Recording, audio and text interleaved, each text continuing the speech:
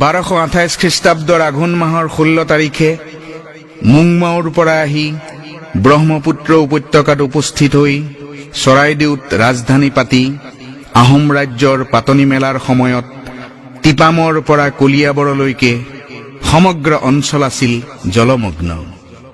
তাকে দেখি তাইসকলে ক'লে, খাও খাম। খাও মানে পানী, খাম মানে পথাৰ। কালক্ৰমত এই খাও খামৰ পৰা আও খাম আৰু আও খামৰ পৰা হলগৈ আখাম বা আসাম। স্বৰ্গদেউ চুকাফাৰ নেতৃত্বত ঠন ধৰি উঠিল জাতি জনগোষ্ঠীৰ সংমিশ্ৰণেৰে বৃহৎ অসমীয়া জাতি।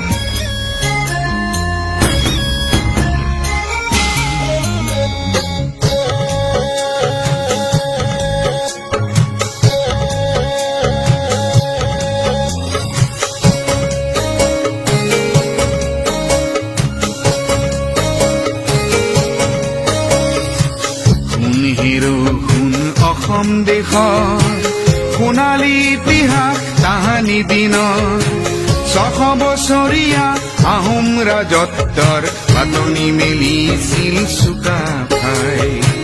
সোণেহেৰো সোণ অসম দেশৰ সোণালী ইতিহাস তাহানি দিনৰ 600 বছৰীয়া আহোম ৰাজত্বৰ পাতনি মেলিছিল চুকাফাই।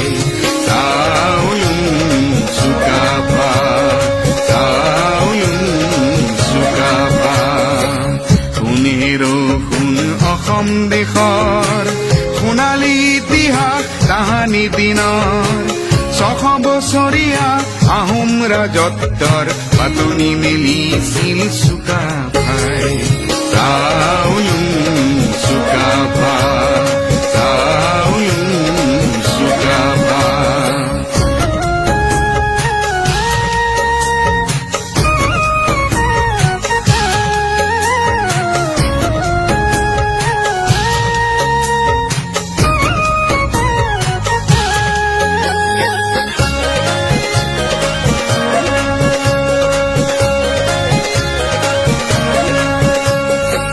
খাচিগাৰু মিৰি ডিমাচা কছাৰী অগাদ ফলা কোচ লালুংৰা ভাত দেউৰী চুতীয়া মিজু আৰু চিন্তেং নক্তে ৱানচু আৰু কাৰ্বি নগা।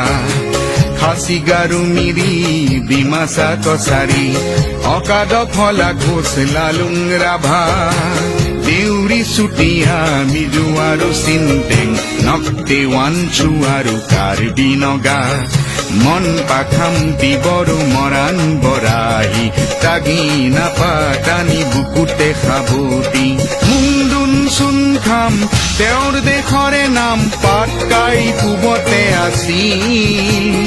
দিখৌ দিহিং লুই দক্ষিণে খাম যাং পশ্চিমে হাবুং সাবতিছিল।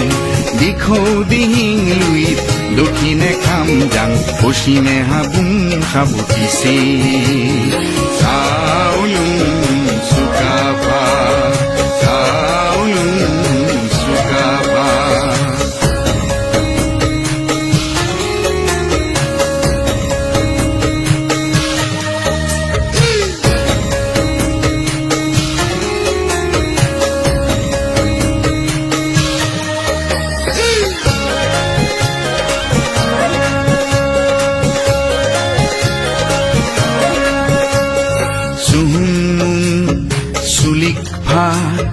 গড় গয়াৰু খুৰা ৰজা ৰুদ্ৰ গৌৰী উদয়াদিত্য শিৱ সিংহ আৰু ৰাজেশ্বৰ প্ৰতাপ পুৰন্দৰ চন্দ্ৰ প্ৰমথ জয়ধ্বজ আৰু চক্ৰধ্বজ প্ৰমত্ত সিংহ কমলেশ্বৰ প্ৰচণ্ড প্ৰতাপী গদাধৰ প্ৰচণ্ড প্ৰতাপী গদা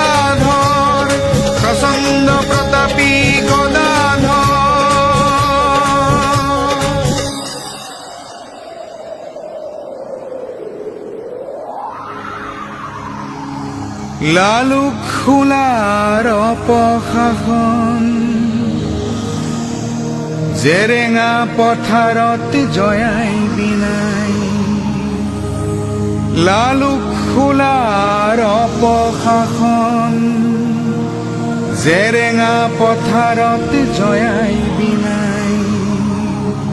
চক্ৰান্তকাৰীক বধি দেশৰ ৰাখিলে মান নগঞা শইকীয়া ভোটাই দেখাই চক্ৰান্তকাৰীক বধি দেশৰ ৰাখিলে মান নগঞা শইকীয়া ভোটাই দেখাই চাউলুং চুকাফা চাউলুং চুকাফা